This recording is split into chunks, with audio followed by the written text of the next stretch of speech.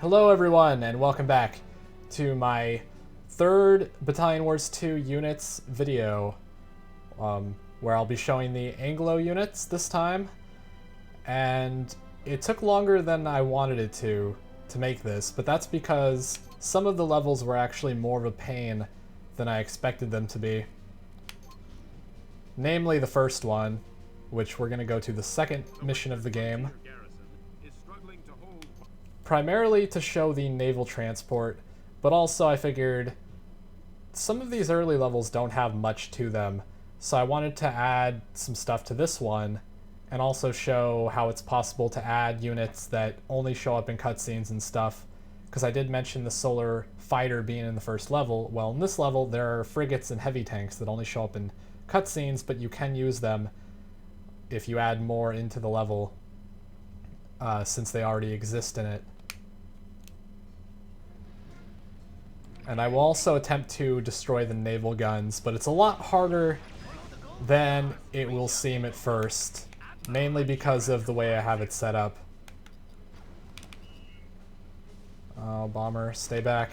So, before things get too hectic here, let me first show. So over here I put a frigate. There's actually three in the cutscene, but I just added one here. And I put these two heavy tanks that show up in that one cutscene. And this, I don't know why I put this here, but this is one of the naval transports from the cutscene. And then over here, I put heavy tanks, since they exist, to defend the naval guns. I put an anti-air vehicle to defend from bombers, and I put a couple infantry. I wanted to make this more interesting and put a whole bunch of infantry, but the problem is just adding one infantry unit takes between like 2 to 3 minutes. So to put a whole bunch, it would have taken a long time, and since I was just demonstrating in this video the units and trying to make it interesting, I didn't bother. But this could make for an interesting scenario where you play as the Anglo trying to destroy the naval guns, if you put enough Solar Empire units here defending. And that's pretty much that. We'll get to showing the naval transports in a moment. And my bomber's gonna get shot down almost definitely. Alright. Now, the thing is, in order to even trigger the part of the mission where you need to destroy the naval guns, you need to progress through here and complete these objectives, which is basically just where you advance to the naval guns, which I can do, but I have to get over there without dying. And it might be kind of hard at this point, since I have such a small smidgen of health. But we'll see if I can avoid death. I kind of doubt it. Run! Nope. And, well, I guess I'll show the naval transport now, since I'm here. You can have someone in the gunner seat up there, but by default, the naval transports in this level don't have anyone in the gunner seat, probably because they wanted it to be easier and not have you worry about, you know, someone in the machine gun shooting at you. But I could have added a grunt there if I wanted to. I just didn't see much point in it. And just like before, you can't land the naval transports at all, so there's really no point in playing as it.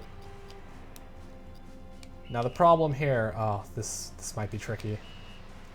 The problem here is that, as you know in this level, you can't control transfer to a unit unless it's like right next to you, because you have to be able to lock onto it and hold A until Akira tells you like a new way to control transfer. Whoa, whoa, whoa, whoa, whoa, whoa, don't do that, naval transport. Ooh, that was close. There was actually this glitch I discovered when I first tried these out, where if you try to like run into the coast, you'll end up just going underneath the sand and falling forever. And I didn't want that to happen because I don't know how to get out of that once it does happen. Please survive, bazooka veteran. Just run. I need you to get over here so I can control transfer to you. And he's dead. Okay, well, let's see if I can get any of these rifle grunts over to me.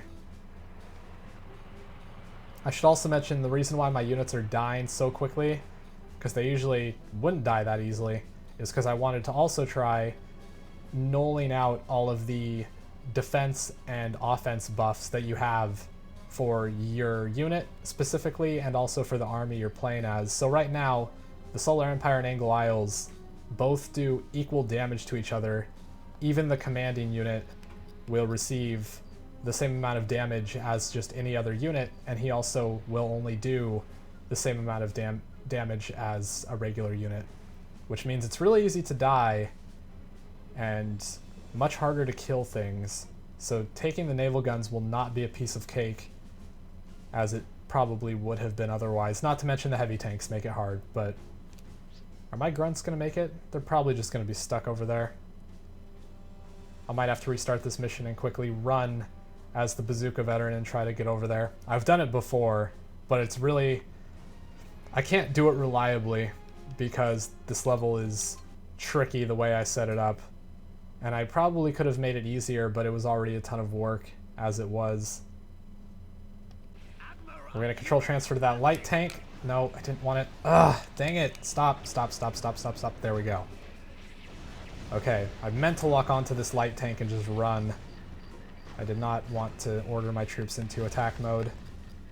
My bomber's going to die again. It's almost impossible for it not to die because it spawns out of bounds, so it tries to fly inbounds, which means it's either going to fly towards the frigate at the docks, which will kill it, or it's going to fly towards the naval guns and get killed by the anti-air vehicle.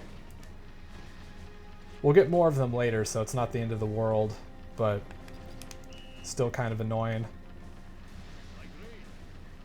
As you can see, I don't have control over these bazooka veterans because they're used during that one cutscene. When you advance those bazooka veterans, I don't really know what the deal is. I'm trying to explain it, but for some reason I can't have them under my command because of the cutscene thing that they're in. And then there's like, it's a black screen for that cutscene because I'm not playing as the right unit. Pretty much this whole level is just a mess right now. But amazingly, it doesn't crash, at least not very often, only if you do certain things wrong. And I still don't have them under my command, which is surprising because usually once they show up, you have them. I'm guessing it's because the Solar Empire has to get near them or something. And then we have this cutscene where those bazooka veterans will destroy this light tank. And I'm going to skip that because I don't want to get blown up. That's great. I'm almost definitely going to die.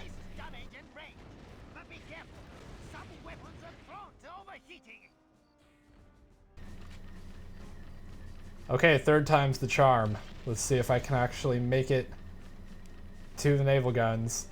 It's really just asinine the way it's set up if you're playing as the Anglo Isles, because you have to go all the way to the first star and then all the way back. And really, I mean, the problem obviously is that I just made it hard on myself, but it's because I did want to try to create an interesting scenario for taking the naval guns. But the problem is all these first objectives make it just a big pain in the butt. I'm going to leave that bazooka veteran right there this time, because the last time I brought him with me and he got killed during the cutscene. So I'm going to leave him and bring him with me on the way back. Okay, I'm going to make it this time. No problem. Let's go, bazooka veteran. Let's go. Don't get shot. Alright, transferring to bazooka veteran. Just don't get hit. Just don't get hit. Whew, okay, we're gonna make it. This is the first time it's been this hard just to like get to the objective, but this is also the first time... Oh no, we still have to get by that heavy tank. This is also the first time that I've tried this with the adjusted defense and offense ratios. Come on, get over there. Yes. I don't even care if he dies.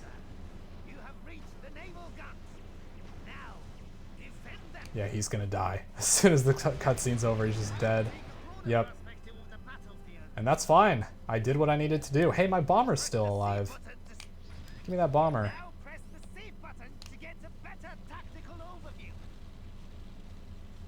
Let's see if we can do some damage with this thing. A little bit. It had such low health, I just wanted to use it before it got destroyed. Okay. Where's that naval transport?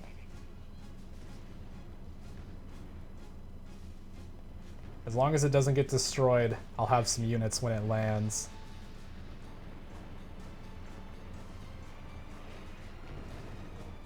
Good, good, good, good, good.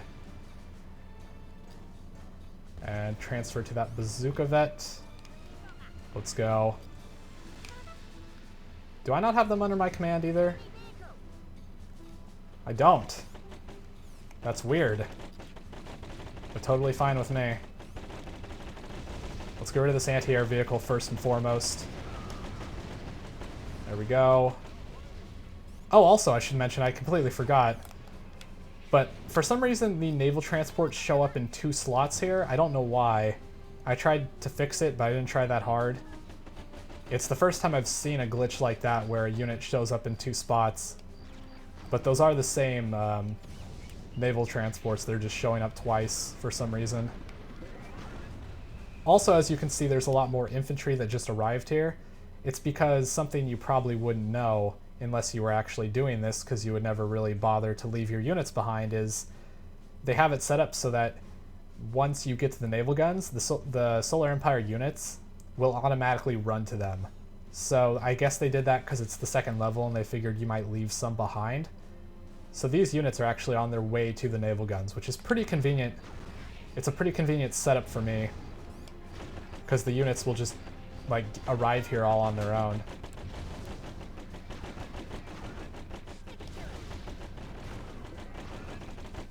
And these naval guns are not taking a lot of damage from my attacks. Yes, please do, Pierce. Please do. Oh, give me that light tank. I can't control transfer to it. I keep forgetting I can't control transfer unless I like do it the stupid way. Alright, let's take out that weak heavy tank before it heals. Oh, too late. Let's take out that weaker heavy tank before it heals. Okay, that's 1 down.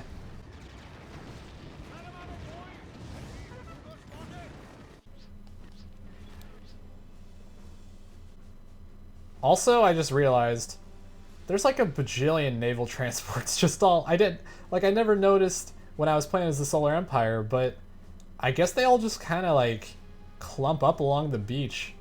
Because in other missions, I'm pretty sure when the naval transports land, they then turn around after they're done dropping off their troops. That's how it worked in Up Periscope with the Solar Empire transports, but these ones just kind of sit here once they're there. And they crowd the beach up, so I'm not sure if these other 2 are even going to be able to make it. And these guys are taking their time getting over there. They usually arrive by now. Come on, bazooka vets. Let's get rid of that heavy tank. Good. I also used this level as a test for buffing the naval guns. Okay, at first I did it because I figured, alright, with the player damage bonus, it's going to be like stupid easy to destroy the naval guns, and it really was. Like, they didn't take a lot of hits before they got blown up if you were the commander, and even your other units did a lot of damage to them. But once once I got rid of the damage bonus and defense bonuses, these things are like really hard to kill, and I added a bunch of health to them, so might take a while to destroy them, especially without the bomber. Oh, I have some more light tanks. This might not take forever, actually. Except there's rogue bazooka veterans all over the place, and they will make short work of my light tanks.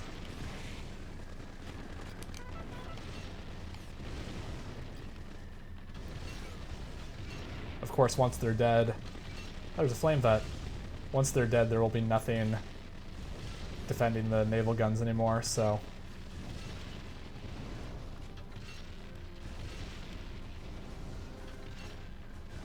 Also, Pierce is supposed to send in a bomber, but I guess that happens after the Solar Empire defeats all the Anglo units that are currently on the map. Which, seen as there's no way they're going to be able to now. Not too worried. Actually. Huh, I don't think they're going to make it. They obviously started, like, on their way over here. But normally, like, last time I tested this, they actually ran all the way to the naval guns, so I'm not sure what caused them to stop.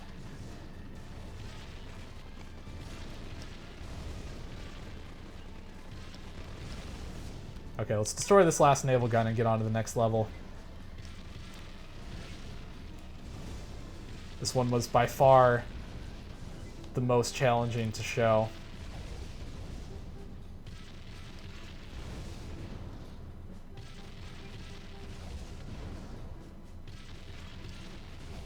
One of those light tanks keeps missing. It needs to stop doing that. The enemy has destroyed our naval guns. We are defenseless without Yay. It was actually kind of hard. So, hopefully that was at least a good demonstration of how simply by getting rid of the defense and offense bonuses, you can actually make a level much more difficult than it would otherwise be. And of course, adding in other units makes it challenging too. Now, moving on, we're going to the third level. Obviously for the artillery, which shows up in 2 missions in the game.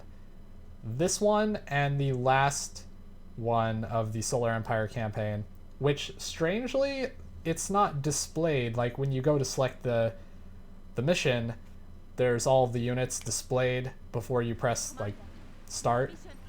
I don't think the artillery is actually displayed in that mission for some reason, but it is there once you're playing. Like there's a bunch of artillery on the islands and stuff. So this is it. This is the Anglo artillery unit. And as you can see, there's no grunt in the gunner seat. For some reason here, by default, they don't have a grunt in that seat, probably for the same reason that they don't have grunts in the gunner seats of the transports. But I actually did bother to add a grunt into this one just to show that there can actually be a grunt in the gunner seat if you want to. There's actually, strangely, a number of other passenger seats shown in the XML file, so I'm not sure if you can have like grunts sitting on your artillery unit just kind of on the sides. I don't know what the point of that would be, but I haven't really tried it out yet, so it could just crash the game, or maybe you can actually like carry grunts around that will shoot with their rifles. And unfortunately, there's not a whole lot for me to shoot at with the artillery because, unlike the last level, I didn't bother to add a bunch of units near the HQ. Even though there's grunts shown, those grunts are actually not spawned until the Solar Empire gets near the HQ. So there's not much to show there. But, actually, let me get the air transport over here, because I also need to show that here. Let's send some stuff to the HQ anyway, because I want to show something kind of strange. And while that's happening, this is the air transport, which, unlike all of the other air transports that I've tried so far, this one has a really, really weird camera, and I don't know why, but this is just the default zoomed, like just the regular zoomed in camera, and it's way out here for some reason. And if you zoom out, it actually like gets closer to it, which is really weird. In terms of controlling it, it kind of feels the same as the other air transports though, and you still can't land. And again, there's a gunner seat, but no grunt in it. Though there can be, if you put one there.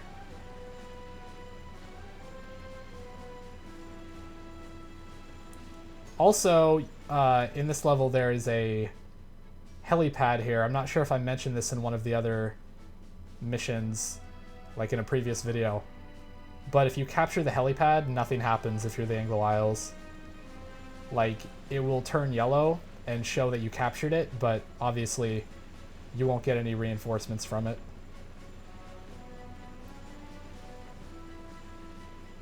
Now, as soon as my units get over here and capture this, I'll move on to the next level.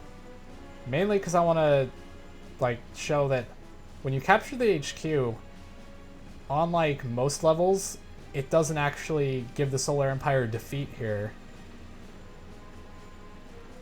Which is the first time that something like this has happened. Commander, the Anglos are raising their flag at the HQ. Stop them! So we'll capture this. And Empress Leiko will be like, no, don't capture it. And then we will. And I can't put my units in defend mode because we haven't been given the tutorial on how to use the defend command yet. But there we go, we have the HQ, but the Solar Empire hasn't suffered defeat yet. So my theory for why that is there was no gold star above it, so it wasn't a primary objective yet. And at the moment, the primary objective is to just proceed up from the beach towards the helipad. So I'm guessing that once the primary objective does get to this point, it would probably give them defeat if the Anglo Isles captured it. I think, anyway.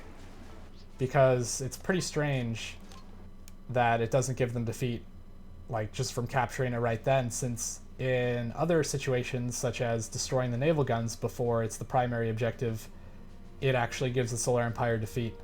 So I'm not sure, because I don't think I've ever actually lost the HQ there, since it's so easy. It's only the third mission. But maybe you're able to recapture it if they take it? I don't know. And I don't really care.